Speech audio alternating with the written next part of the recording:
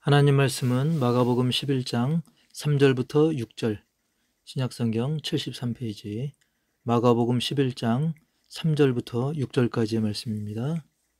만일 누가 너희에게 왜 이렇게 하느냐 묻거든 주가 쓰시겠다 하라. 그리하면 즉시 이리로 보내리라 하시니 제자들이 가서 본즉 나귀 새끼가 문 앞 거리에 매어 있는지라. 그것을 푸니 거기 서 있는 사람 중 어떤 이들이 이르되 나귀 새끼를 풀어 무엇 하려느냐 하매 제자들이 예수께서 이르신 대로 말한대 이에 허락하는지라. 아멘.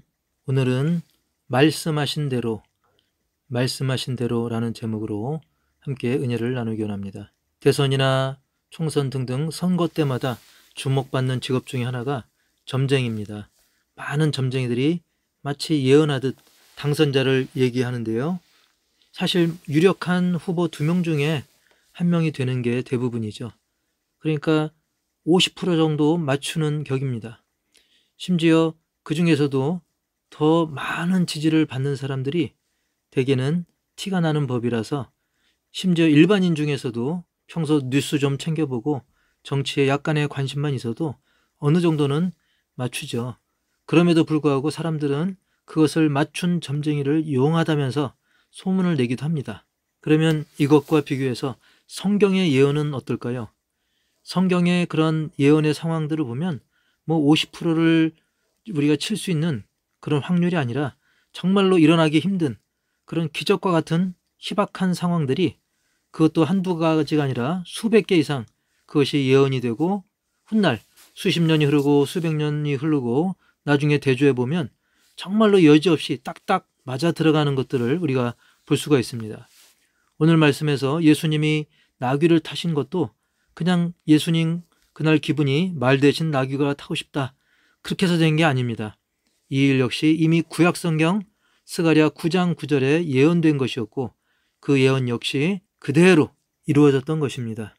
스가랴 9장 9절에 보니까 보라 내 왕이 내게 임하시나니 그는 공의로우시며 구원을 베푸시며 겸손하여서 나귀를 타시나니 나귀의 작은 것 곧 나귀 새끼니라. 사실 이 정도는 빙산의 일각이죠. 성경 예언의 성취는 어마어마하게 많고 지금도 계속 이루어지고 있습니다. 그렇기 때문에 성경을 반박하려고 연구까지 했던 그런 많은 불신자들도 성경을 읽으면서 감동을 받고 예수님을 믿는 경우가 많아지는 것입니다.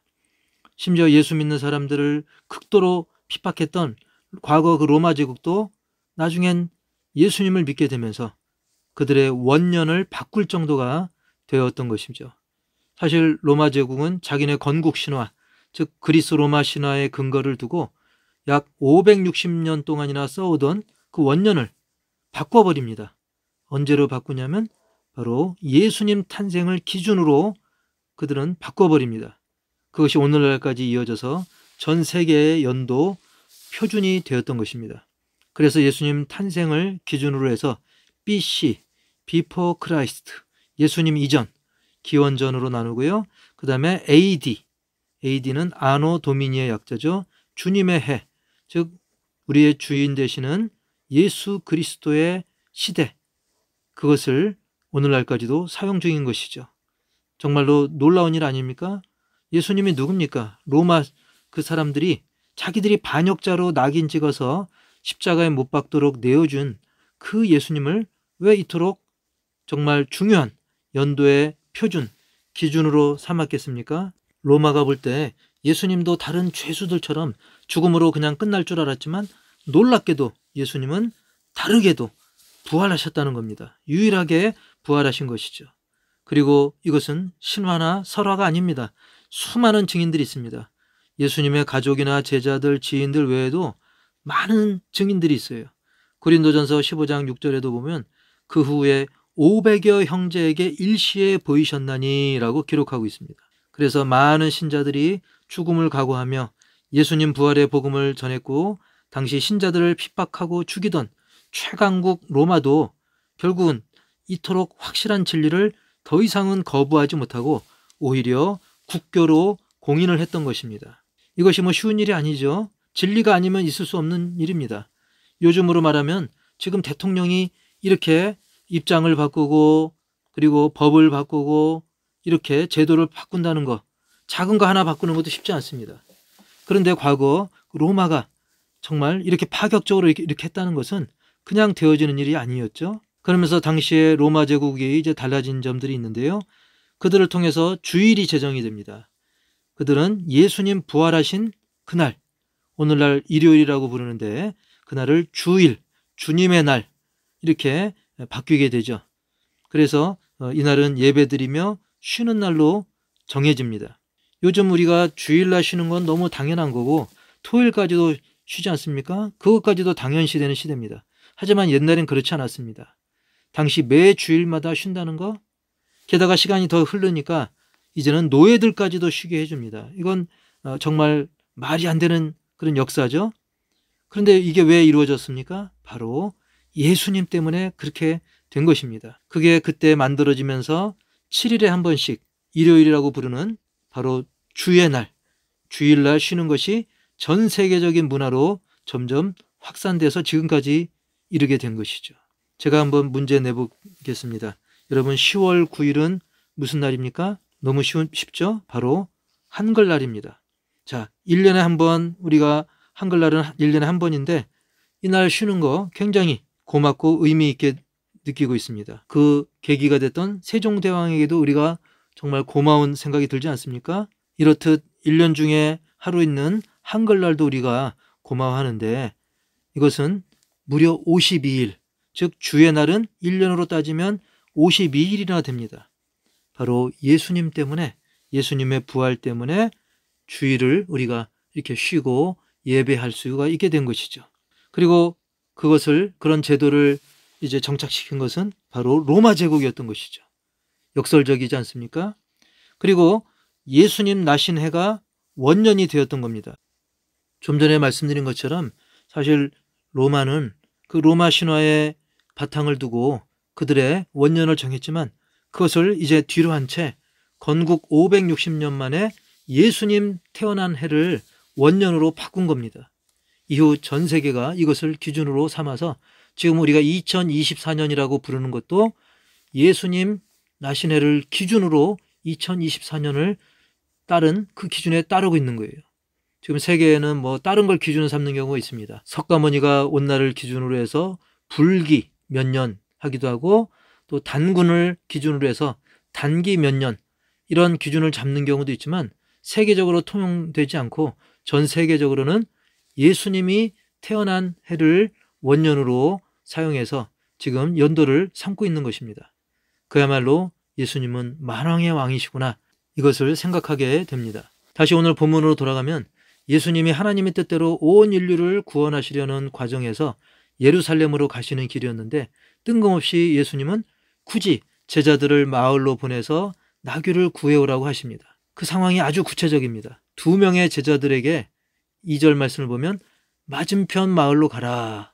그리로 들어가면 곧 아직 아무도 타보지 않은 나귀 새끼가 매어 있는 것을 보리니 풀어 끌고 오라.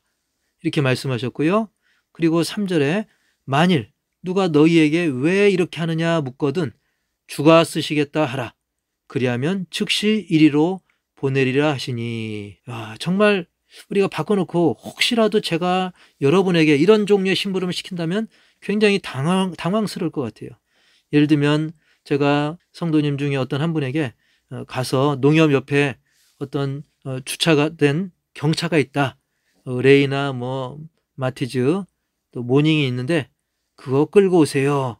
혹시 누가 물어보거든 목사님이 끌고 오라고 그랬어요 라고 답하시면 됩니다. 이렇게 심부름을 시킨다고 한다면 얼마나 당황스럽겠습니까? 근데 제자들은 어떻게 했습니까? 순종했습니다. 4절 보면 제자들이 가서 본즉 나귀 새끼가 문 앞 거리에 매어 있는지라 그것을 푸니 그랬어요. 자, 묶여 있는 그 나귀 새끼를 이제 그 끈을 풀어서 끌고 오려고 했던 거죠. 굉장히 어색한 상황 같지만 제자들은 예수님께 들은 말씀 그대로 실행했던 겁니다. 그때 어떤 일이 생기냐면 5절에 보니까 거기 서 있는 사람 중 어떤 이들이 이르되 나귀 새끼를 풀어 무엇 하려느냐 하매. 자, 주인일 수도 있고 뭐 관련된 지인일 수도 있는데 그들이 제자들의 이런 모습을 보고 아니 나귀 새끼 왜 풉니까? 그거 풀어서 뭐 하려고 한 겁니까? 이렇게 묻게 되죠. 그때 제자들은 예수님이 하신 말씀이 생각났죠. 그래서 6절 제자들이 예수께서 이르신 대로 말하매 이에 허락하는지라. 제자들은 딴 얘기하지 않고 예수께서 이르신 대로 예수님께서 말씀하신 그대로 그들에게 이야기를 할 때 그들은 나귀 새끼 풀어가는 것을 허락을 해줍니다. 그래서 오늘 말씀을 통해서 우리는 세 가지 입장에서, 즉 하나는 예수님의 입장에서, 두 번째로는 나귀의 입장에서, 세 번째로는 신자의 입장에서 적용점을 찾고 은혜를 나누기 원하는데요. 첫 번째로는 예수님의 입장에서 볼 때 예수님은 말씀을 이루시는 삶을 살아왔던 것이죠. 그래서 첫 번째, 말씀을 이루시는 삶. 여러분, 왜 굳이 나귀를 타시고자 했습니까? 사실 뭐 왕 정도 되고, 특별히 예수님은 그냥 왕이 아니라 만왕의 왕 아닙니까? 메시아. 그리고 많은 무리들이 따르고 있는 상황이었어요. 그렇다고 한다면 기왕에 크고 건장한 말이 어울리는 거 아니겠습니까? 그래서 나폴레옹 그런 그림을 보면 그런 영웅도 정말 자신의 왜소함을 이렇게 크고 멋진 백마로 커버하면서 위용을 드러냅니다. 그리고 삼국지의 그 관우 장군을 보면 정말 적토마를 타고 큰 창을 들고 있는데 굉장히 어울리죠. 그러나 예수님은 어떻게 했습니까? 어떤 다른 이유를 따지지 않으셨습니다. 그저 성경 말씀에 메시아가 나귀 타실 것이 예언되었기 때문에, 즉 하나님이 그렇게 말씀하셨기 때문에 그 말씀 그대로 이루시고자 나귀를 타신 거예요. 스가랴 9장 9절 다시 읽어드리면 보라 내 왕이 내게 임하시나니 그는 공의로우시며 구원을 베푸시며 겸손하여서 나귀를 타시나니 나귀의 작은 것 곧 나귀 새끼니라. 아멘. 이렇게 스가랴서에 예언이 되어 있었고 그대로 예수님은 이루신 것이죠. 여기서 우리 자신을 돌이켜 생각해 보면 우리는 과연 무엇을 이루며 살아가고 있습니까? 예수님은 말씀을 이루시는 삶, 철저히 말씀대로 사는 삶, 말씀을 이루고자 사는 삶을 살으셨는데 과연 우리는 무엇을 이루어가며 살고 있는가? 어떤 개인의 영달인가? 나와 내 가족인가? 물론 그런 것도 귀한 부분이 있지만 무엇보다 나를 있게 해주신 하나님, 나에게 가족을 허락하신 하나님, 그 하나님께서 나에게 원하시는 것들을 이루고자 그 말씀대로 살아갈 때 정말 그 사람은 예수님을 본받는 그런 삶을 살고 있는 것이죠. 우리 역시 예수님을 따라서 말씀을 이루어가는 삶을 살기를 주의 이름으로 축복합니다. 그리고 두 번째로 나귀의 입장에서 생각해 볼 때 주께 쓰임 받는 삶이라는 것입니다. 주께 쓰임 받는 삶.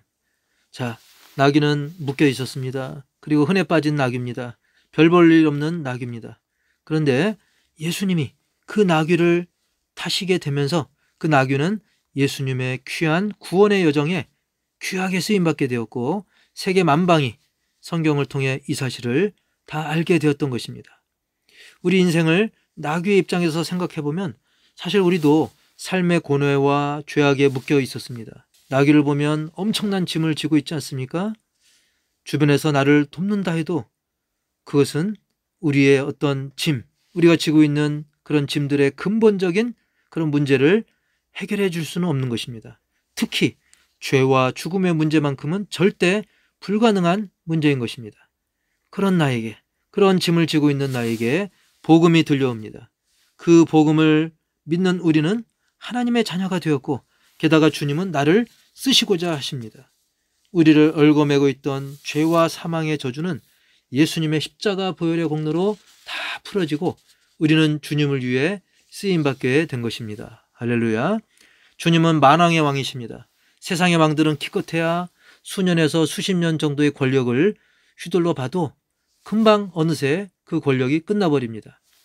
하지만 예수님은 영원히 우리의 왕이시며 무엇보다 나를 구원하신 그야말로 생명의 은인을 넘어 내 영혼의 유일한 구세주이신 것입니다. 그 예수님이 나를 주님의 몸인 교회에서 그리고 세상에 나가서도 하나님의 뜻대로 쓰시고자 할 때 우리는 기뻐하며 온전히 쓰임받기를 주의 이름으로 축복합니다. 결코 미루지 마시길 바랍니다. 그리고 사실 나귀 주인이 그때 당시에도 따로 있긴 있었지만 진짜 주인이 따로 있습니다. 바로 나귀 주인을 존재하게 하신 분. 마찬가지로 지금 내가 주인인 듯 주장하는 모든 것들, 여러 가지 것들이 있지만 사실 진짜 주인은 따로 있습니다. 내 모든 것을 주신 하나님. 그 하나님이 우리에게 세상 살 동안 잠시 맡기신 것일 뿐이에요. 우리의 육신과 생명조차도 그런 것일 뿐입니다. 그래서 우리는 주님의 청지기인 것입니다. 청지기는 주인이 아니라 주인이 이것저것 맡기고 그래서 관리하는 사람이 바로 청지기죠. 우리는 청지기 신분이라는 것을 잊지 말아야 됩니다. 그러므로 우리는 내 것을 주장하기보다 만유의 주님을 위해 나와 내 소유가 쓰임받을 때 우리는 오히려 진정한 자유와 기쁨을 충만히 누리게 되는 것입니다. 부자였던 아리마대 요셉도 자신을 위해 준비해 두었던 새 무덤을 예수님을 위해 썼더니 나중에 그곳이 예수님 부활하신 영광의 장소가 되었다는 사실을 기억하시기 바랍니다. 우리도 예수님을 위해 내게 있는 것들, 사실은 내게 아니죠. 하나님이 맡기신 것들이죠. 그것이 물질이 되었던 시간이 되었던 달란트, 재능이 되었던 그것을 주저없이 기쁨으로 쓰시길 바랍니다. 더 나아가서 나 자신을 드리는 헌신의 사람이 되기를 주의 이름으로 축복합니다. 그리고 세 번째로는 신자의 입장에서, 제자의 입장에서 말씀을 전하는 삶이 되어야 한다는 것입니다. 말씀을 전하는 삶. 6절에 보니까 제자들이 예수께서 이르신 대로 말하매 이에 허락하는지라. 여기서 핵심은 제자들이 어떻게 한 거예요? 예수께서 이르신 대로 말했다는 거예요. 예수님께서 말씀하신 그 말씀대로 말했다는 것입니다. 아무 말이나 한 것이 아니라 예수님께서 알려준 대로, 예수님께서 들려준 대로 그대로 말을 했다는 겁니다. 말씀을 전하는 삶을 살았다는 것이죠. 신자 입장에서, 제자 입장에서 볼 때 그들은 예수께서 이르신 대로, 즉 예수님이 말씀해 주신 대로 말할 때 이 놀라운 역사가 펼쳐진 것입니다. 마찬가지입니다. 오늘날 예수님의 제자요 신자인 우리는 이런저런 자랑이나 핑계거리보다는 예수님께서 말씀해 주신 대로 믿고 그 믿음대로 말하는 것, 그 말씀을 믿는 믿음대로 살고 그 말씀을 전하는, 이것이 중요한 것입니다. 오늘날 많은 사람들은 자기 말 하기를 좋아합니다. 자기 자랑, 가진 거 자랑, 가족 자랑. 그러나 제자의 삶, 신자의 삶은 나를 있게 하신 분, 나를 존재하게 하시고 나에게 일을 맡기신 왕 중의 왕, 주 예수를, 즉 그분의 말씀을 전하는 삶을 살아야 하는 것입니다. 오늘 말씀에서도 제자들은 참 황당한 상황이지만 우리 주 예수님의 말씀을 믿음으로 그대로 전하니, 즉 예수께서 이르신 대로 말하매 놀랍게도 문제가 해결됩니다. 이에 허락하는지라. 역사가 일어납니다. 인류 구원의 기적으로 이어지게 되었던 것입니다. 할렐루야. 당시 예수님의 모습은 비록 우스꽝스러운 장면, 만왕의 왕이 고작 나귀 타고 들어가시는 그런 모습이었지만 그 결과는 어땠습니까? 십자가 죽음과 부활을 통해 온 인류의 구원 역사를 이루셔서 훗날 예루살렘과 로마 그리고 전 세계가 예수님을 알게 되고 믿게 되고 하나님 나라가 확장되는 놀라운 역사가 이루어졌던 것입니다. 이제 오늘 말씀을 통해 다가오는 종려주의를 앞두고 예수께서 이르신 대로 말하매, 이 말씀을 깊이 새기면서 우리 모두 예수님이 말씀하신 대로 전하고 그대로 살아가는 신자의 삶을 살아가기를 주님의 이름으로 축복합니다.